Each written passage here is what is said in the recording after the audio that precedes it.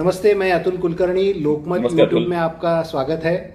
और अपने साथ जुड़े हैं महाराष्ट्र के इरिगेशन डिपार्टमेंट और अर्बन डेवलपमेंट डिपार्टमेंट के प्रधान सचिव एस चहल जी। चहल जी, आपका लोकमत की तरफ से बहुत बहुत स्वागत है। Thank you. और मैं आपसे ये जानना चाहता हूँ कि महाराष्ट्र में जिस तरीके से पेशेंट बढ़ रहे हैं उसको देखते हुए एयरलाइंस ट्रैकिंग एक इम्पॉर्टेंट इशू बना था सबसे शुरू में, कि एयरलाइन से लोग आ रहे हैं, उनकी वजह से पेशेंट बढ़ रहे हैं। तो एयरलाइन ट्रैकिंग का काम कैसे किया गया महाराष्ट्र में? हाँ, सबसे पहले जब 11 मार्च को हमने नोटिफाई किया एपिडेमिक एक्ट भारत सरकार ने, उसके बाद में 22 तारीख, आपको ध्यान होगा, 22 तारीख को लास्ट फ्लाइट अब देश से बाहर गई और 23 को रात को 12 बजे last flight, international flight Bharat में वापस आई। उसमें जो बम्बई का जो अपना टर्मिनल 2 इंटरनेशनल एयरपोर्ट है, उसमें करीब 70,000 लोग 1 मार्च और 22 मार्च के दरमियान बम्बई में लैंड हुए। उनका जो डेटा था वो हमने MHS से विनती करके जो ब्यूरो ऑफ इमिग्रेशन है गवर्नमेंट ऑफ इंडिया, उनसे पूरा इनका 70,000 लोगों का डिटेल्स ले लिया, जिसमें उनका मोबाइल नंबर, उनका ईमेल आईडी, उनका रेजिडेंशियल एड्रेस, उनका पूरा नाम।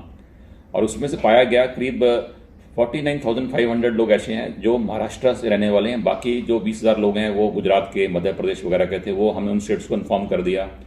और जो यहाँ उतर के जो वहां गए, और उनको ब्यूरो ऑफ इमिग्रेशन ने भी डायरेक्टली उन स्टेट्स को इन्फॉर्म कर दिया।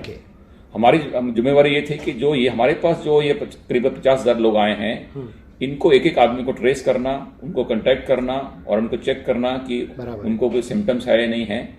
तो क्योंकि हमारे पास सबके फोन नंबर्स, सबका हाउस एड्रेसेस आ गए थे, तो हमने बंबई के लिए 24 जो वार्ड्स हैं, वार्ड ऑफिसर वाइज हमने स्क्वाड्स बनाए। स्क्वाड में हेल्थ वर्कर, एक पुलिस डिपार्टमेंट का कर्मचारी, एक रेवेन्यू डिपार्टमेंट का ऑफिसर, एक वार्ड का ऑफिसर, ऐसे 4 लोगों का टीम बनाया, उनको गाड़ी दी। ऐसे 226 स्क्वाड्स बनाए और उन स्क्वाड्स के द्वारा घर घर जाके हमने लोगों को चेक किया और जहां पे सिम्टम्स पाए गए उनको हमने गवर्नमेंट क्वारंटाइन में शिफ्ट किया। और इसी तरह जो बाकी रेस्ट ऑफ महाराष्ट्र है, जो बाकी 26 महानगर पालिका हैं महाराष्ट्र में और 34 कलेक्टर्स हैं बंबई और सबर्बन कलेक्टर छोड़ के, उनको भी हमने ये गूगल ड्राइव क्रिएट करके ऑनलाइन रियल टाइम बेसिस पे सब डेटा पास ऑन किया। और रियल टाइम डेटा पे एवरी मिनट वो अपडेट हो रहा था। वहां पे भी स्क्वाड्स बनाए, जैसे पूना में 220 स्क्वाड्स बनाए गए। करीब 24,000 लोग पूना में थे। तो इन लोगों को हमने 50 के 50 लोगों को हमने 4,000 लोगों को ट्रेस किया और उसमें से तकरीबन 500 के ऊपर लोग पाए गए जो कोविड पॉजिटिव थे। नहीं, लेकिन इसके साथ ही एक तबलीग का इशू सबसे बड़ा हो गया, निजामुद्दीन चौक वाला। वहां से भी बहुत लोग आए, वो ट्रेस नहीं हो पाए, उनकी वजह से कोरोना फैल गया। ये बातें हो रही है, उसके बारे में आप क्या बताएंगे? हाँ, तो तबलीग का जो इशू आया वो अप्रैल के 1-2 अप्रैल को हमारे सामने आया जी। उसमें हमें डायरेक्टर जनरल ऑफ पुलिस जो महाराष्ट्र है, पुलिस महासंचालक, तो वहां से मुझे एक लिस्ट दी गई जिसमें करीबन 4,600 केस थे, 4,609, और ये 3 डिफरेंट लिस्ट आई थी ओवर 1 वीक। तो उसमें क्योंकि उन्होंने सेल टावर से इनके डेटा निकाला था, तो सेल टावर से जब इनका फोन नंबर मिल गया तो वहां से फोन नंबर से इनका घर का एड्रेस, इनका नाम और इनका सारा पता मिल गया, कौन सी स्टेट के रहने वाले हैं। तो जो महाराष्ट्र केसेस थे वो हमें फॉरवर्ड किए गए जी। तो हमने उसी तरह से जो हम पहले स्क्वाड्स बनाए थे एयरलाइंस के लिए, उन्हीं स्क्वाड्स को यूज करके हमने इसमें से 4,609 में से 4,603 लोगों को हमने कैप्चर किया। और उसमें से जो पूरे सब लोग आपने आइडेंटिफाई कर लिए? इनको 100% लोग हमने आइडेंटिफाई किए और इनको हमने गवर्नमेंट क्वारंटाइन में शिफ्ट किया। और उसमें करीब 540 लोग पॉजिटिव पाए गए हैं, और जिनके कारण एयरलाइन से जो पॉजिटिव केसेस हुए और कुछ यहाँ से हुए, इसके कारण थोड़ा आगे फैलाव हो गया महाराष्ट्र में पॉजिटिव केसेस का। अच्छा, लेकिन तबलीग की वजह से ज्यादा कोरोना फैल गया, ये बात हो रही है। उसमें से ये जो 4,600 आप फिगर बता रहे, उसमें से कितने लोग पॉजिटिव निकले और उनकी वजह से कितने लोगों को हो टोटल जो सिर्फ 10% लोग जो हैं जी, वो तबलीगी से पॉजिटिव निकले हैं। तो बहुत बड़ा फिगर नहीं है। इट इज ओनली 10%, 10% जो है टोटल केसेस वो तबलीगी से आए। दूसरा एक था कि महाराष्ट्र में लो रिस्क और हाई रिस्क के ऊपर बातें हो रही थी, तो हर नई केस के लिए इसको कैसे मॉनिटर करते गए आप? उसके लिए महाराष्ट्र गवर्नमेंट ने मुझे जिम्मेवार बनाया था कि जैसे तबलीगी का ट्रेसिंग करना है या एयरलाइन का ट्रेसिंग करना है या जो भी नया पॉजिटिव केस सामने आता है उसके कुछ ही घंटों के अंदर, विद इन 6 आवर, 6 घंटों के अंदर अंदर उनके high risk contact, low risk contact की यादी तैयार करनी, लिस्ट तैयार करनी, और लिस्ट तैयार करने के बाद में स्क्वाड्स भेज के उन लोगों को कंटैक्ट करना, उनको क्वारंटाइन करना, अगर सीरियस है उसमें से उसको गवर्नमेंट क्वारंटाइन करना, नहीं तो होम क्वारंटाइन करके स्टैंपिंग करना, और उसके अलावा उनको मॉनिटरिंग करना कि उनकी तबीयत कैसी है, ताकि वो वहां से आगे ये वायरस फैल ना सके। और आपको मालूम है कि वायरस को अगर इसको कंटेन करना है तो जितना जरूरी क्वारंटाइन है उससे इंपॉर्टेंट है ट्रेसिंग। अगर हम कंटैक्ट को ट्रेस कर लेंगे तो वायरस को हम फैलने से बचा सकते हैं, उसको कंटेन कर सकते हैं, और कंटेनमेंट ही सबसे बड़ा इसका अपने पास हथियार उपलब्ध है। उसके लिए हमने हमारे सभी जो कलेक्टर्स हैं महाराष्ट्र के 34 कलेक्टर्स और 27 महानगर पालिका कमिश्नर्स हैं, उनको मैंने एक पर्सनल गूगल ड्राइव पे उनको मैंने ऑनलाइन किया अपने पास, और उनको बताया कि ये हमारी कार्रवाई शुरू हो गई थी 24 मार्च से जी, आज भी ऑनलाइन चल रही है। तो उसमें हमने उनको बताया कि जैसे ही आपके पास नया केस आएगा, पहला आपने जो टेस्ट रिपोर्ट आने के बाद में पॉजिटिव केस आता है तो आपने इमीडिएटली हमारी गूगल ड्राइव पे उसको लोड करना है, उसका नाम, उसका फोन नंबर, उसका डिटेल्स, उसका आरोग्य सेतु पे ऐप डाउनलोड करना है जी। उसके बाद में उसके जो high risk contacts, low risk contacts हैं, वो पिछले 14 दिन तक वो कहाँ गए थे और किन किन से मिले थे, वो कंटैक्ट्स की लिस्ट बना के हमारे स्क्वाड्स द्वारा उनको ट्रेस करना, और सभी जो कंटैक्ट्स हैं उनको आरोग्य सेतु डाउनलोड करके उनकी हेल्थ की मॉनिटरिंग करना। अभी तक कैसे हम करीबन 3.5 लाख कंटैक्ट्स को हम ट्रेस कर सके हैं, और हर नया केस जब आता है रफली उसमें 40 से 50 कंटैक्ट्स पैदा हो जाते हैं। उसमें उसके ऊपर भी काम चालू है। हाँ, उसमें से भी बहुत से लोग अभी पॉजिटिव पाए गए हैं, जो स्पेशली जो हाई रिस्क कंटैक्ट हैं। किसी घर में या किसी स्लम में एक पति को अगर हो गया है तो बहुत बड़ी पॉसिबिलिटी है कि उसकी पत्नी को, उसके बच्चों को, उसके माता पिता को भी ये पॉजिटिव होएगा, और ऐसे केसेस आ रहे हैं। तो आज अगर महाराष्ट्र में 15,000 केसेस हैं तो हमने उसके इंडेक्स केसेस बनाए हैं कि कितने एयरलाइन से इंडेक्स थे, कितने तबलीगी के इंडेक्स थे, कितने इंडेक्स ऐसे हाई रिस्क कंटैक्ट से बने, वो हमारे पास कुछ डेटा हमने इकट्ठा किया है, जिससे मालूम चल जाए कि इसका जड़ कहाँ है, और जड़ से हम पकड़ेंगे उसको और उसको कंटैक्ट ट्रेस करेंगे तो वायरस को हम फैलाने से बचाएंगे। दूसरा, महाराष्ट्र में सबसे ज़्यादा पेशेंट आज आइडेंटिफाई हो रहे, मिल रहे, तो इनका हॉस्पिटल मैनेजमेंट एक सबसे बड़ा इश्यू है।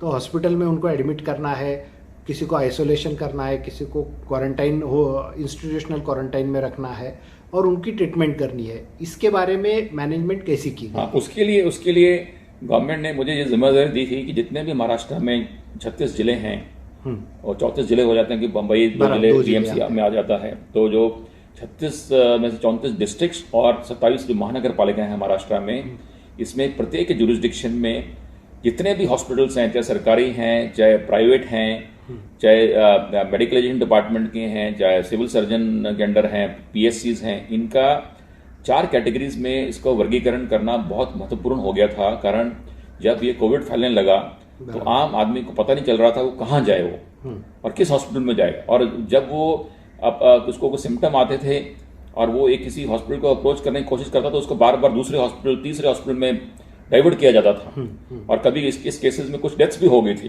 तो इसलिए गवर्नमेंट को ये ध्यान में आया कि हॉस्पिटल्स का मैनेजमेंट बहुत जरूरी है, अदरवाइज इससे बहुत बड़ी प्रॉब्लम पैदा हो सकती है जी। इसके अलावा जिनको कोई सिम्टम नहीं है, जिनको नॉर्मल बीमारी है, किसी को हार्ट का प्रॉब्लम है, किसी ने डायलिसिस करवाना है जो कोविड पॉजिटिव नहीं है, या किसी को डायरिया हो गया, किसी को अपेंडिसाइटिस का काम हो गया, या किसी को और कोई पेन है जिसका कोई लेना देना नहीं है कोविड से, उन लोगों को भी परेशानी पैदा होगी हम कहाँ जाएं।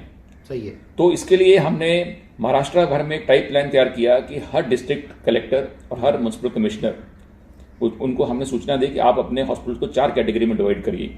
ओके। पहली कैटेगरी रहेगी Covid care centre, CCC। Covid care centre हमने बोला कि ये सब होटलों में या गवर्नमेंट के हॉस्टलों में या गवर्नमेंट की बिल्डिंग्स में खुलेंगे, जहां पे कम से कम 50 से 100 बेड्स होने चाहिए, और वहां खाने की व्यवस्था होनी चाहिए और लोगों के रहने की व्यवस्था होनी चाहिए। ओके। वहां हमने बोला कि अगर कोविड जो केयर सेंटर है, भले ही यहाँ पे एक BMS डॉक्टर रहे और एक नर्स रहे चलेगा, उसमें जो भी अगर किसी पेशेंट को, अगर किसी सस्पेक्टेड आदमी को थोड़ा सा लाइट सिम्टम है, माइल्ड सिम्टम्स हैं, तो वहां आ सकता है, वहां उसका स्वैब लिया जाएगा और उसको वहाँ रूम दिया जाएगा जब तक उसका रिजल्ट आता नहीं है। अगर उसका रिजल्ट नेगेटिव आ गया तो उसको घर जाने की परमिशन मिलेगी, नहीं तो 14 डेज तक वहीं उसका ट्रीटमेंट होएगा, ड्रग प्रोटोकॉल जो है, और 14 डेज के बाद उसका टेस्ट वापस होएगा। अगर वो नेगेटिव हो जाता तो उसका डिस्चार्ज हो जाएगा, नहीं तो कंटिन्यू करेगा। और इस पीरियड के दरमियान अगर उसकी तबीयत बिगड़ती है, उसके सिम्टम्स बढ़ते हैं, सडनली उसका गला ज्यादा खराब हो जाता है, बुखार तेज हो जाता है, उसको सांस लेने में दिक्कत आती है, तो ये सभी सेंटर्स में एम्बुलेंस 24/7 लिंक रहेगा। और वो एम्बुलेंस इमीडिएटली जो जिसकी तबीयत बिगड़ रही है उसको जो हमारा डेडिकेटेड कोविड हॉस्पिटल है वहां ट्रांसफर हो जाएगा वहां। और दूसरी कैटेगरी थी डेडिकेटेड कोविड हॉस्पिटल की। हर डिस्ट्रिक्ट में, हर महानगर पालिका में डेडिकेटेड कोविड हॉस्पिटल बनाए गए हैं। वहां पे 4 कंडीशंस थी। वहां पे आईसीयू होना जरूरी है, वेंटिलेटर जरूरी है, ऑपरेशन थिएटर जरूरी है, और डायलिसिस मशीन जरूरी है, और इसके स्पेशलिस्ट डॉक्टर्स भी होना चाहिए, ताकि एक आधी कोई प्रेग्नेंट महिला है, उसने डिलीवरी उसका 2-3 दिन बाद है, वो पॉजिटिव हो गई, वहां आईसीयू में एडमिट हो गई, तो वो गायनेकोलॉजिस्ट होना चाहिए, उसकी वहां ऑपरेशन थिएटर में डिलीवरी होनी चाहिए। नहीं ऐसे ना हो कि दूसरे कारण से उसकी डेथ हो जाए। ऐसी अगर किसी कोई हार्ट पेशेंट है उसको अचानक एंजियोप्लास्टी की गरज पड़ जाती है तो वहां पे कार्डियोलॉजिस्ट होना चाहिए, ऑपरेशन थिएटर होना चाहिए। ऐसे कोई पेशेंट अगर आता है कि उसको डायलिसिस की प्रॉब्लम है तो उसका डायलिसिस लगातार होना चाहिए वीकली बेसिस पर, उसके अंदर उसको बाहर ना जाना पड़े, क्योंकि बाहर जाने के बाद वो वायरस फैल जाता है। तो सेकंड कैटेगरी हमने ऐसी क्रिएट की हर महानगर पालिका में और हर कलेक्ट्रेट में। और इसके अलावा तीसरी हमने कैटेगरी क्रिएट की डेडिकेटेड कोविड हेल्थ सेंटर्स। ये सभी हॉस्पिटल्स हैं जो डेडिकेटेड कोविड हॉस्पिटल है, वो भी सभी हॉस्पिटल्स हैं, जो सेंटर्स हैं वो होटल्स या हॉस्टल्स हैं। ये तीसरी कैटेगरी में जिन लोगों को माइल्ड सिम्टम्स हैं, उनको हल्का बुखार है या हल्का गला खराब है, वो वहां डायरेक्टली वहां आ सकते हैं। वहां उनका स्वैब लिया जाएगा, वहां पे एमबीबीएस डॉक्टर रहेगा, वहां स्पेशलिस्ट डॉक्टर हमने नहीं रखा है क्योंकि हमने को मेडिकल स्टाफ को बड़ा ध्यान से यूज करना है। और ये बड़ा प्रेशियस रिसोर्स है हमारे पास, इनको हम वेस्ट नहीं कर सकते। तो वहां एक एमबीबीएस डॉक्टर और एक नर्स को रखा गया कि उसको, और वहां ऑक्सीजन फैसिलिटी का बंदोबस्त किया। ये सभी हॉस्पिटल्स हैं ये कैटेगरी वाले। अगर किसी आदमी की माइल्ड तबीयत खराब है, सांस लेने में दिक्कत है, तो उसको हम ऑक्सीजन देके वहीं स्टेबलाइज कर सकते हैं। और उसकी तबीयत ज्यादा बिगड़ती है तो वहां पे भी एम्बुलेंस लिंक रहेगी जो उसको मेन हमारा जो कोविड हेल्थ डेडिकेटेड हॉस्पिटल वहां ले जाएगी। ये 3 कैटेगरी के अलावा हमने जो चौथी कैटेगरी करी है, इसके अलावा जो डॉक्टर हॉस्पिटल बचते हैं डिस्ट्रिक्ट में या महानगर पालिका में, चाहे वो प्राइवेट हैं चाहे गवर्नमेंट के हैं, उनको हमने नॉन कोविड डिक्लेयर कर दिया कि वहां पे जिनको कोविड का इशू नहीं है, नॉन जनरल हेल्थ प्रॉब्लम्स हैं, वो वहां जा सकें। और हमने क्या किया, हमने सभी कलेक्टर्स और सभी म्युनिसिपल को बोला कि आप अपनी लोकल टीवी केबल, अपने न्यूज़पेपर्स में जाहिरात दीजिए। और ये जो हमने प्लान बनाया, प्रत्येक हॉस्पिटल का एड्रेस, वहां कॉन्टैक्ट नंबर, वहां डॉक्टर का नाम, वहां पे कैपेसिटी कितनी है, इस तरह का पूरा चार्ट बना के हमने हर कलेक्टर से प्राप्त किया। मास्टर कॉपी मेरे पास है और उसकी कॉपी सब कलेक्टर्स के पास है, और उनको बोला कि आप इसको पब्लिसाइज करके, पब्लिसिटी देके हर नागरिक तक इन्फॉर्मेशन पहुंचे, ये व्यवस्था करिए। क्योंकि कोविड की फाइट की अपने को अभी काफी लंबे समय तक लड़ने की उम्मीद है, इसलिए उस हिसाब से हमने ये लॉन्ग टर्म प्लान बनाया है। हॉस्पिटल की बात हो रही है तो एक वेंटिलेटर की भी बात अक्सर आती है कि वेंटिलेटर हमारे पास कम है, या वेंटिलेटर पेशेंट को लगते हैं लेकिन उसके ऊपर दिक्कत होती है, वेंटिलेटर नहीं है। आज की डेट में महाराष्ट्र में जितने भी पेशेंट्स हैं उसमें कितने वेंटिलेटर पे है और उसका स्टेटस क्या है? ये आपका बहुत अच्छा प्रश्न है, क्योंकि हर जगह पे ये वेंटिलेटर की बात चलती है कि देश में वेंटिलेटर नहीं है, यहाँ वेंटिलेटर कम है। मैं आपको बताना चाहता हूँ कि आज के दिन जब हम आपसे बात कर रहे हैं, आज 6 मई को करीबन 15,000 केसेस महाराष्ट्र में, 15,000 थोड़ा कम है, बम्बई में 9,900 कुछ हैं, रेस्ट ऑफ स्टेट में 5,500 हैं। सो अराउंड 15,000 इस टाइम हमारे पास पॉजिटिव केसेस हैं। इस टाइम परसों हमने जो अड़ावा लिया था फ्राइडे को, उसमें सिर्फ 62 केसेस क्रिटिकल थे स्टेट में, और वो 62 लोग वेंटिलेटर पे थे। मतलब कि 15,000 में सिर्फ 62 वेंटिलेटर यूज में आ रहे हैं। और इस रेशियो से अगर 1 लाख पेशेंट भी हो जाएं तो वेंटिलेटर की जरूरत 200-300 से ऊपर जाने वाली नहीं है। बराबर है। ये नहीं है कि 1 लाख के लिए कि हमें 10,000 वेंटिलेटर लगेंगे। तो ये भी एक जो गैर समझ दूर करने की बात है कि आज महाराष्ट्र भर में जो वेंटिलेटर हैं इतने हमारे पास उपलब्ध हैं कि आज अगर 2 लाख 3 लाख केस भी आ जाए तब भी हमारे वेंटिलेटर पूरी मात्रा में हैं, क्योंकि इसकी जरूरत बहुत कम पड़ती है। उदाहरण के लिए आज 15,000 में सिर्फ 62 वेंटिलेटर की जरूरत पड़ रही है पूरे महाराष्ट्र भर में। पूरे महाराष्ट्र में। दूसरा एक बात आती है, जैसे आपने कंटेनमेंट के बारे में बोला कि कंटेनमेंट जोन का कई लोग ऐसे बोल रहे हैं उनको होम घर में रहने के लिए बोला है या इंस्टीट्यूशनल किया है, तो ये कंटेनमेंट जोन की पॉलिसी किस तरीके से बनाई गई? बात ऐसी हो रही कि वो एरिया सील किया है ऐसा बोला जाता है, फिर भी लोग बाहर घूमते हैं, तो इसके ऊपर पाबंदी कैसे हो? हाँ, गवर्नमेंट ने ये भी जिम्मेदारी मेरे पर दी है महाराष्ट्र भर की कि जो कंटेनमेंट जोन का मैनेजमेंट और मॉनिटरिंग कैसे किया जाए। बेसिकली कंटेनमेंट जोन आज जो महाराष्ट्र में है, करीबन 2900 कंटेनमेंट जोन महानगर पालिका मुंबई के क्षेत्र में है और 650 के आसपास कंटेनमेंट जोन बाकी रेस्ट ऑफ महाराष्ट्र में है। 3500 के आसपास कंटेनमेंट जोन है आज। और ये जो कंटेनमेंट जोन है, लगभग 80% कंटेनमेंट जोन स्लम एरियाज में है और 20% नॉन स्लम एरिया में। अगर एक समझो बम्बई का एक बिल्डिंग है 5 स्टोरी की, उसमें अगर दो केसेस आ गए तो हम बिल्डिंग को कंटेनमेंट कर देते हैं। तो ऐसी वो मिडिल क्लास और या अपर क्लास सोसाइटी की वो बिल्डिंग्स हैं। तो 80% जो कंटेनमेंट जोन्स हैं वो स्लम एरियाज में बनाए गए हैं। मैं एक में थोड़ा क्लियरिटी चाहूँगा कि जैसे आपने बिल्डिंग की बात कही, लोग कहते हैं कि उतना एरिया कंटेनमेंट किया है, इसका मतलब वो पूरे एरिया में जाना नहीं, या बिल्डिंग कंटेनमेंट की तो उसके आजू बाजू की बिल्डिंग का क्या होगा? हाँ, तो इसमें 2-3 बातें मैं आपको बताना चाहूँगा। एक तो कंटेनमेंट जोन हमने जब डिमार्केट किया है तो स्लम एरिया में हमने ये एक फिक्स पॉलिसी की है कि अगर किसी भी घर में अगर एक कोई पॉजिटिव आ जाता है और उसके घर में 4 या 5 या 6 और मेंबर्स हैं तो उनका कंपलसरी गवर्नमेंट क्वारंटाइन करना है। उनको वहाँ पे वापस छोड़ना नहीं है स्लम एरियाज में, क्योंकि वो इतनी कम छोटे एरिया में रहते हैं। उनका 100 स्क्वायर फुट या 200 स्क्वायर फुट का घर है, वहाँ अगर 5-6 लोग हैं तो उनका इतना क्लोज इंटरेक्शन था। तो हमारा मानना है कि अगर एक पॉजिटिव तो बाकी पॉजिटिव आने वाले हैं। बहुत हाई रिस्क है वो, I would say very high risk. तो उनको सभी को होम क्वारंटाइन नहीं करना, सभी को गवर्नमेंट क्वारंटाइन करना। जो हमने अलग अलग गवर्नमेंट क्वारंटाइन सेंटर्स बनाए हुए हैं बम्बई में, 25,000 के आसपास उसकी कैपेसिटी है।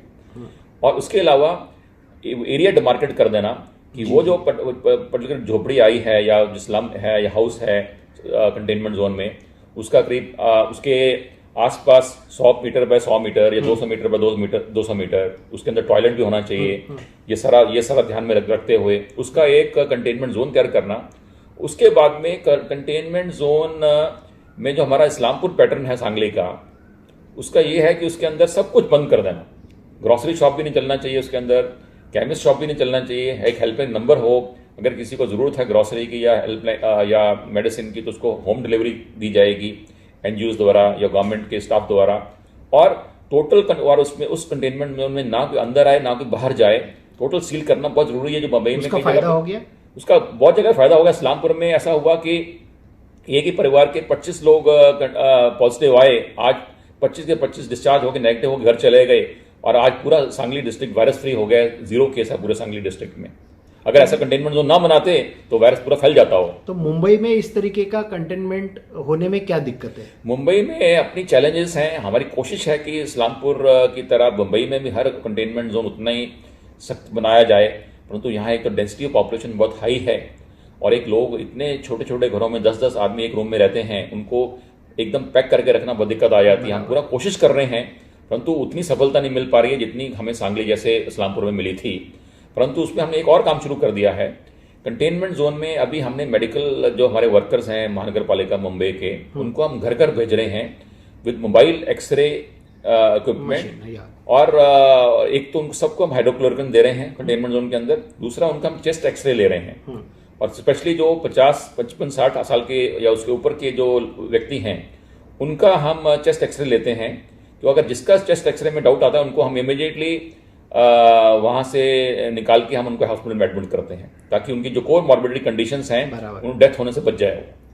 ओके दोस्तों, ये वैचल साहब आखिरी में आपको ये पूछना चाहूँगा कि ये जिस तरीके से फैलाव महाराष्ट्र में होते जा रहा है जी, उसके ऊपर सरकार के बारे में बाजू उसकी तरफ से भी बातें होती है, अपोज में भी बातें होती है, लेकिन महाराष्ट्र सरकार इसको सख्ती से निपटाने के लिए कितने कारगर कदम उठा रही है?